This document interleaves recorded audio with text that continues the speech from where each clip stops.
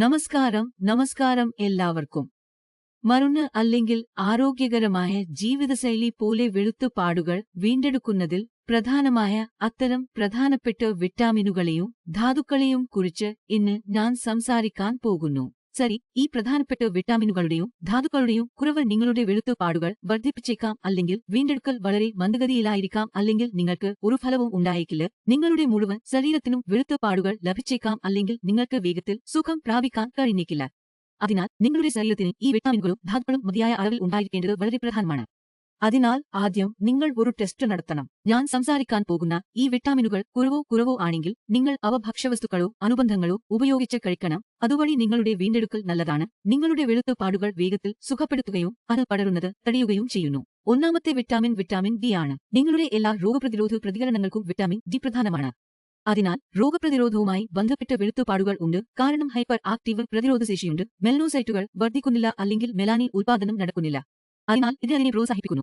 Vitamin D കുറവാണെങ്കിൽ നിങ്ങൾ വീണ്ടും രോഗബാധിതരാകുമെന്ന് നിങ്ങൾ കരുതുന്നുവെങ്കിൽ നിങ്ങളുടെ രോഗപ്രതിരോധ പ്രതികരണങ്ങൾ വളരെ മോശമായിരിക്കും. അതിനാൽ അത്തരമൊരു സാഹചര്യത്തിൽ വിറ്റാമിൻ ഡി കഴിക്കേണ്ടത് വളരെ പ്രധാനമാണ്. ഒന്നുകിൽ നിങ്ങൾക്ക് സപ്ലിമെന്റുകൾ എടുക്കാം, അല്ലെങ്കിൽ കുത്തിവയ്പ്പുകൾ എടുക്കാം, അല്ലെങ്കിൽ രാവിലെ 6 മണിക്കോ 7 മണിക്കോ സൂര്യരശ്മികൾ എടുക്കാം.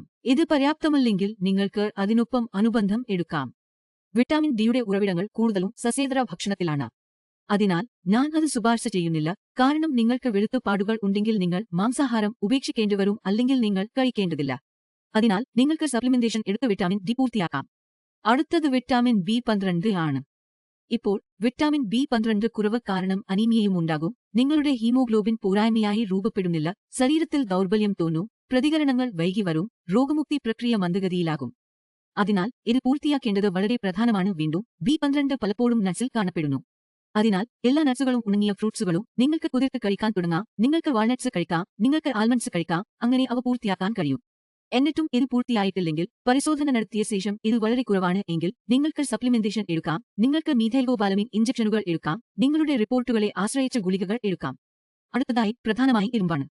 ഇരുമ്പ് കുറവാണെങ്കിൽ നിങ്ങൾ അനീമിയയിലാകും.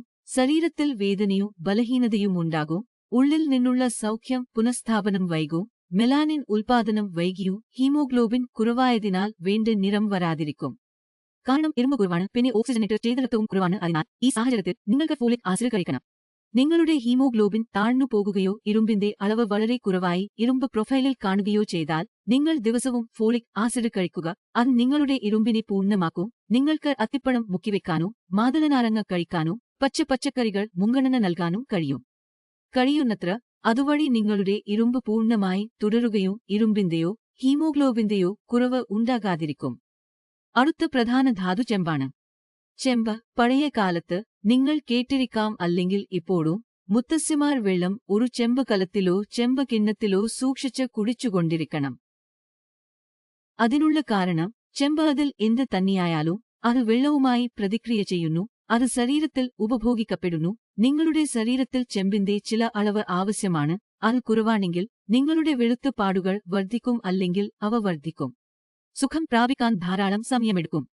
അതിനാൽ നിങ്ങൾക്ക് ഒരു ചെമ്പ് പാത്രത്തിൽ വെള്ളം കുടിക്കാൻ തുടങ്ങാം, അല്ലെങ്കിൽ പയർവർഗ്ഗങ്ങൾ, കടല, പൊസുകൾ, പച്ചക്കറികൾ, അല്ലെങ്കിൽ നട്സ് നിങ്ങൾ കഴിയുന്നത്ര കഴിക്കുക, അല്ലെങ്കിൽ കൂൺ കഴിക്കുക. അതിനാൽ നിങ്ങളുടെ ചെമ്പ് മതിയായ അളവിൽ തുടരും, കാരണം ചെമ്പ് നേരിട്ട് നിങ്ങളുടെ മെലാനിനിലേക്ക് നയിക്കും. ഉൽപാദനം ചെമ്പ് ശരിയാണെങ്കിൽ മെലാനിൻ ശരിയാകും.